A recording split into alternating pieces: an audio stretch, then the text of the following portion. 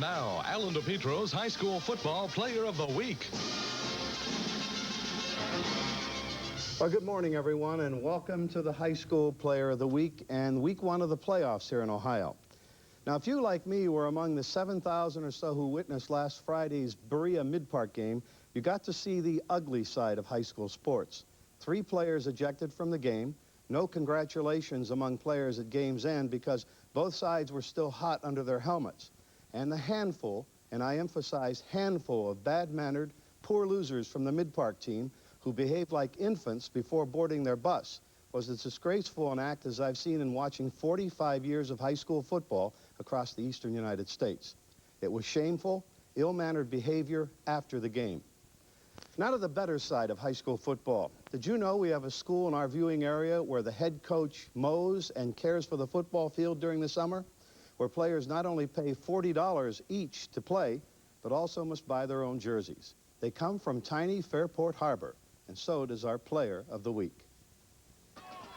Fairport Harbor is in white, Ledgemont in red. Here we see our Player of the Week, number 56, symbolize the Fairport defense, swarming to the ball and being among 6 tacklers, bringing the ball carrier down. Our Player of the Week is a middle linebacker on defense, and here Ledgemont gains 1 yard. Second down, the Fairport defense rushes the passer. He hurries his throw, incomplete. Third down, a measly 2-yard gain for Ledgemont, and that brings up a punting situation. It's usually 3 downs and out for the people who face the fearsome Fairport defense. Look at this incredible last half of the season for Fairport. Against Kirtland, Fairport limited the Kirtland offense to a total of 25 yards. That's the entire game, rushing and passing for no points. Against Buckeye, 72 yards total offense allowed. Again, no points. Against Cardinal, a grand total of 70 yards allowed by the Fairport defense. Nada on the scoreboard for Cardinal.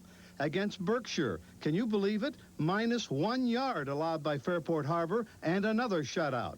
And last week against Ledgemont, a paltry 32 yards total offense. Fairport again came up with a shutout. Unbelievable.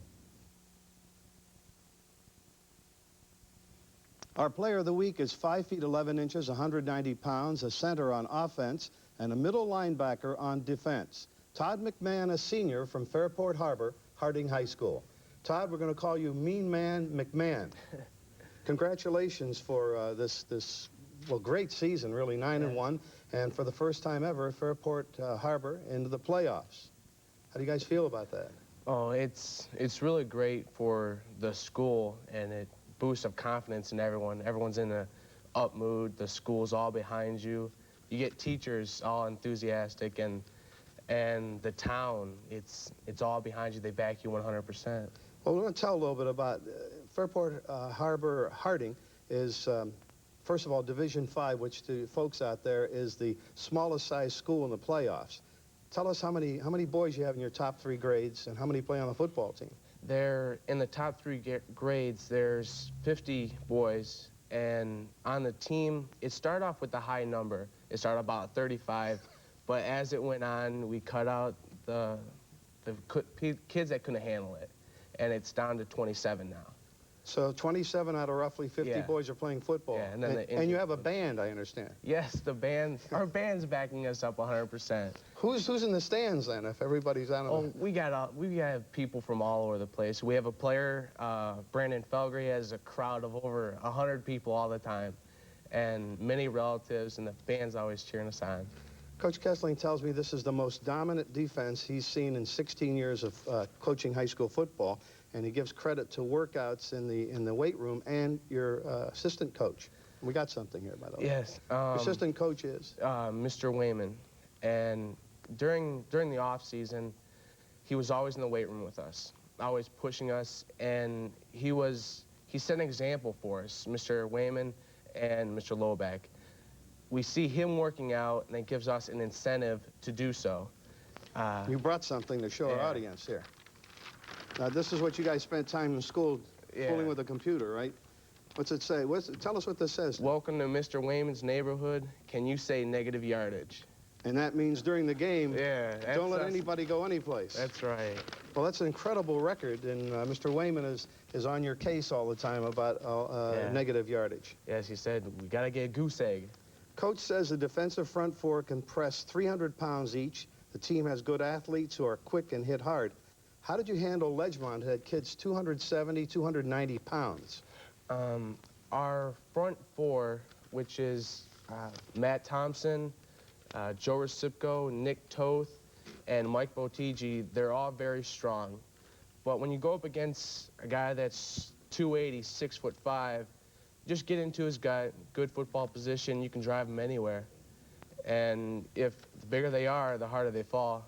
Well, we'll see what happens tomorrow afternoon against Sandusky St. Mary. Yes. I'll be in the stands to watch you. We want to tell you, for being our high school football player of the week, we want you to accept this NFL football from the fine folks at Koenig Sporting Goods in Euclid Square Mall, and also this smart plaque from us at the Morning Exchange. Again, a reminder, the week that you were chosen our high school football player of the week. Good luck against Thank you. Sandusky St. Mary tomorrow in the cold at Finney Stadium in Berea.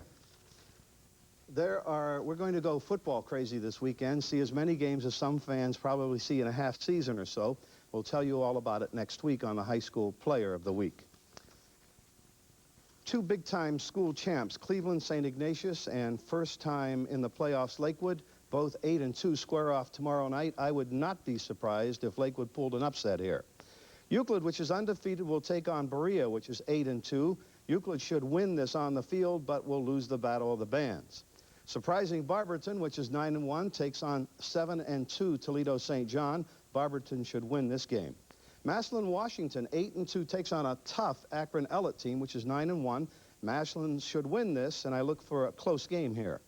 Bay and Solon, both 9-1. Solon should win here if they play to their football potential. Ditto for Twinsburg, 9-1 against Castalia Margaretta, also 9-1. But will the real Twinsburg team please show up for this game? A couple of 9-1 teams, Lake Catholic and Ashtabula Harbor, but Lake has played a much tougher schedule, should win this game handily. Hawken, which is 9-1, plays undefeated Akron Manchester. This should be a real head knocker and a toss-up, two even teams here. Fairport Harbor makes its first appearance in the playoffs ever against playoff experienced Sandusky St. Mary. If Fairport can get its offense on track, it should win, but the defense usually does the job there. We're going to go football crazy this weekend, see as many games, as I said, as many people see in a half season. We'll tell you about it next week on a High School Football Player of the Week. But to find out what the weather is going to be tonight, let's go to John. John, is it going to be 70 and bright outside tonight or what? Oh, don't we